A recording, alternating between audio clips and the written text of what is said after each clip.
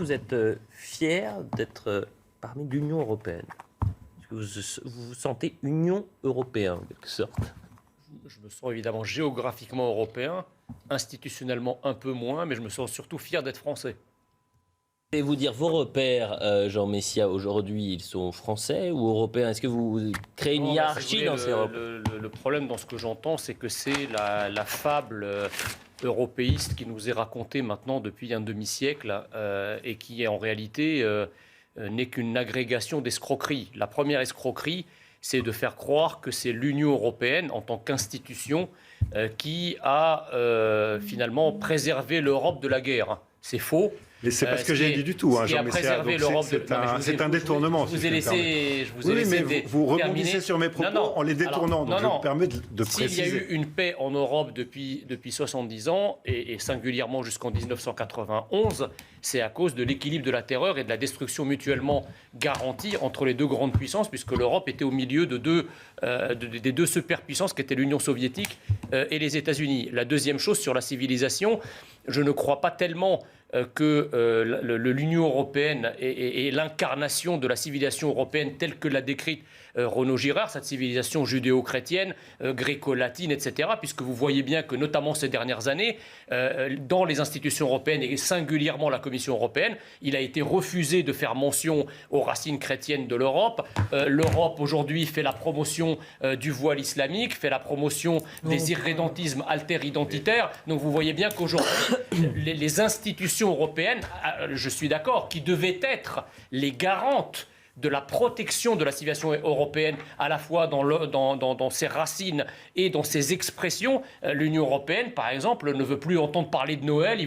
Elle veut nous faire dire fête de fin d'année pour pas braquer les minorités. Donc vous voyez bien qu'au contraire, aujourd'hui, l'Union européenne en tant qu'institution est devenue un fossoyeur de la civilisation européenne, pas du tout une protectrice. Pardon, si de perdre la main sur sa souveraineté. Jean Messia. Je ne suis absolument pas d'accord avec ce qui vient d'être dit. D'abord parce que je crois que c'est une analyse pour le moins ethnocentrique de l'Europe, de personnes qui croient que l'Europe est encore le centre du monde, qu'elle ne l'est plus, ou en tout cas elle l'est moins. Je veux dire, Poutine n'a pas besoin de l'Europe, pour ainsi dire. Poutine a des relations effectivement avec la Chine, vous l'avez rappelé, il en a aussi avec l'Inde. Et quand on fait un peu le tour d'horizon du monde, bien peu de pays en dehors des pays sous influence américaine, dont les pays de l'Union européenne, ont véritablement condamné explicitement l'invasion de l'Ukraine par la Russie, ce qui montre que la Russie est un acteur, qu'on le veuille ou non, est un acteur mondial qui a de multiples alliés. Et sur le plan économique, d'ailleurs, les sanctions imposées par l'Union européenne et par les pays de l'Union européenne à la Russie, d'abord, ce sont des sanctions à travers lesquelles l'Union européenne elle-même et les pays membres se sont tirés une balle dans le pied, puisqu'une partie de l'inflation, sinon la totalité de cette inflation qu'on a aujourd'hui, découle précisément de l'application de ces sanctions, notamment sur les produits pétroliers et gaziers, mais pas que, et pas qu'en Europe, puisque vous avez aussi des conséquences sur le Moyen-Orient, sur le blé, etc. Bon, donc en fait, il faut pas croire, si vous voulez, que l'Union européenne, à travers ses sanctions, a les moyens de faire plier la Russie. C'est faux. Mais Jean Messia, on n'a jamais dit ça. Donc je ne vois pas pourquoi vous parlez de choses qu'on n'a jamais dit. Non, on n'a jamais dit ça. Vous avez dit qu'il est en train de se renfermer sur lui-même, que l'Union européenne est en... Mais attendez. Il ne se renferme pas sur lui-même, il n'a jamais été aussi ouvert. Non, c'est pas vrai, parce que il est poussé à faire des rapprochements qu'il ne voulait pas faire et que lui-même considérait comme extrêmement risqué. Et que la doctrine russe considérait comme dangereuse pour la Russie. La pub. Avec le risque de perdre en souveraineté. Il n'a jamais été aussi dépendant. Je vous explique juste. Oui, mais c'est pareil pour les pays de l'Union européenne. Vous croyez que les pays de l'Union européenne... Deux visions différentes de l'Europe. Quel pays a refusé que les racines chrétiennes soient mentionnées dans les traités européens? Hélas, 3 fois hélas, c'est Jacques Chirac. Tous les autres étaient d'accord. Jacques Chirac, le fléau, Jacques Chirac, le fléau de la France. Jacques Chirac, virgule, le fléau de la France. Non, mais c'est vous, là, pour le coup, c'est vous qui me faites rire, parce que quand ça vous arrange, vous dites l'Union européenne et vous en parlez comme un échelon fédéral. Et quand ça vous arrange pas, vous dites ah ben non, c'est pas l'Union européenne, ce sont les pays qui la composent. Il faut savoir, soit l'Union européenne est une institution qui promeut un certain nombre de non-valeurs ou qui promeut un certain nombre de politiques, il faut la critiquer en tant que telle, soit l'Union européenne n'est qu'un volapük intégré, comme en parlait le général de Gaulle, et ce n'est qu'une agrégation d'États, et dans ce cas-là, il faut revenir à une Europe des nations. Mais vous ne pouvez pas louvoyer en permanence entre les deux logiques. Jean Messia, qui est le père de la Déclaration européenne des droits de l'homme? René Cassin, plus proche collaborateur du général de Gaulle. Ça veut rien dire, ça. Non, mais si, ça veut dire. Non, mais vous allez parler de Jean Monnet aussi, de Robert Schuman, etc. Il faut arrêter. On est là pour parler d'un bouquin, on n'est pas là pour être agressé. Non, on est là pour Il se trouve qu'il y a trois quarts des Français qui sont fiers d'être européens. Peut-être que dans les institutions européennes, la démocratie, vous n'avez pas été habitué, mais en tout cas, l'Union européenne est un sujet démocratique qui mérite d'être discuté avec tout le respect que je vous dois, bien sûr. Je discute de vos idées, pas de votre personne. Oui, mais vous le faites avec un ton qui est extrêmement agressif. Oui, non. En nous expliquant que l'Europe ne peut être que chrétienne. Ce n'est pas vrai. Ce n'est pas vrai. Mais si vous l'avez dit ça, j'ai parlé des racines. J'ai repris pour les mots de Renaud Girard, de racines judéo-chrétiennes. Non, mais la chrétienté fait partie de notre histoire, mais il n'y a pas que la chrétienté. Ça vous gêne d'ailleurs, je comprends pas. Mais ça ne me gêne pas du tout. Les racines de l'Europe sont judéo-chrétiennes. C'est ce qui s'appelle poser. On est quasiment sur une extraterritorialité de banditisme et on a un mal fou à lutter contre cela depuis des années. On ne comprend pas très bien puisque il me semble qu'Emmanuel Macron a été en visite officielle à Marseille où il est d'ailleurs resté 3 jours comme s'il s'agissait d'une visite d'État à l'étranger, 3 jours dans la ville où il a promis monts et merveilles. Son ministre de l'Intérieur, Gérald Darmanin, nous expliquait qu'il n'y avait pas du tout d'endroit où la police ne pouvait pas rentrer, que cette notion d'extraterritorialité que vous avez soulevée avec beaucoup de vérité n'existait pas et que c'était un fantasme d'extrême droite. Bon, donc il faut comprendre de cela que cette visite présidentielle n'a servi à rien, qu'en réalité la situation a continué à se dégrader et que pour répondre à Gérald Darmanin et aux médias mainstream, le réel à Marseille est d'extrême droite du coup. Oui, alors... Pascal Jalabert.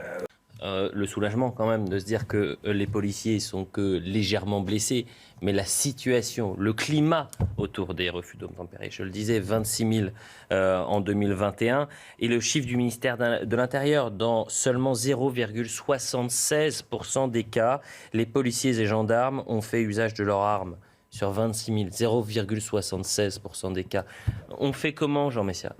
Vu la chape de plomb médiatique, si vous voulez, qui inhibe et retient les policiers. Un policier, on l'avait vu d'ailleurs de manière dramatique l'année dernière avec la mort de la gendarme Mélanie Lémé, c'est qu'effectivement, dans un certain nombre de cas, les policiers ont tellement peur de sortir leur arme. Il y avait eu un autre exemple de ce policier qui s'était fait agresser dans un train de banlieue où 4 voyous lui avaient sauté dessus. Il était armé, il ne s'est pas servi de son arme, préférant se laisser presque bastonner par ces 4 malfrats. Donc on a évidemment beaucoup de cas où les policiers sont inhibés par un système médiatique qui va en faire ses têtes de Turcs si jamais ils ne font que sortir leur arme. D'ailleurs, on s'étonne lorsque des policiers sont blessés dans l'exercice de leurs fonctions et notamment dans le cas du refus d'obtempérer, qu'on a en fait aucun média, à part certains médias qui les soutiennent, alors que lorsque une racaille se casse un ongle, lorsque elle est poursuivie par un policier, là vous avez tout le système constitué qui va chanter le chant des partisans en boucle, qui va accabler les policiers. On va avoir une succession de matinales sur l'affaire, comme par exemple l'affaire Zecler où on a parlé de violence policière. Alors là, c'est open bar. Mais par contre, quand la police, qui est quand même censée, dans un pays normalement constitué, dans une démocratie moderne, être soutenue par l'ensemble des citoyens, y compris par ces médias, eh bien bizarrement, là, on a une espèce d'aphonie de tout un tas de médias qui sont au contraire prompts à défendre les coupables lorsqu'ils sont pris à partie, à juste titre, par les policiers ou lorsqu'ils sont poursuivis par les policiers. Renaud Girard, cela 2 semaines, puisque samedi 4 juin, une jeune femme de 21 ans avait été tuée par des tirs de policiers, du moins lors d'un refus d'obtempérer. Elle était passagère, le conducteur avait refusé le contrôle, il avait, selon les policiers, tenté de foncer sur ces forces de l'ordre. Il n'avait pas son permis, était sous l'emprise de la drogue. J'allais le dire aussi. Et de l'alcool. Et la famille de la passagère décédée a déposé plainte contre le conducteur et contre les forces de l'ordre. Rappelons également, suite à cette situation, la déclaration de Jean-Luc Mélenchon qui avait pu tenir ses propos, la police tue dans toute une déclaration. Jean-Luc Mélenchon. Non mais ce soir, justement, je cherchais en vain le tweet de Jean-Luc Mélenchon en soutien aux forces de l'ordre. Il a su nous dire la semaine dernière que la police tue. Osera-t-il dire ce soir que la racaille ou les crapules blessent ou tuent? Bien sûr que non. C'est toujours à géométrie variable. Ce soir, Jean-Luc Mélenchon est aux champignons. Il n'est pas apparu sur les réseaux sociaux pour s'exprimer. Mais au-delà de ça, il faut comprendre qu'en réalité, lorsqu'il y a un refus d'obtempérer, ceux qui commettent ce refus d'obtempérer, en fait, mettent le doigt dans un engrenage. Et ça se termine toujours de deux manières. Soit la police tire, blesse ou tue, soit ce sont les malfrats qui foncent sur les barrages de police, qui blessent ou tuent soit les policiers eux-mêmes, soit des innocents qui se trouvent sur la voie publique à ce moment-là. Et donc la société, une société civilisée, fait le choix de confier aux forces de l'ordre le soin d'arrêter par tout moyen proportionné ceux qui forcent les barrages de police. Voilà ce qu'il avait dit.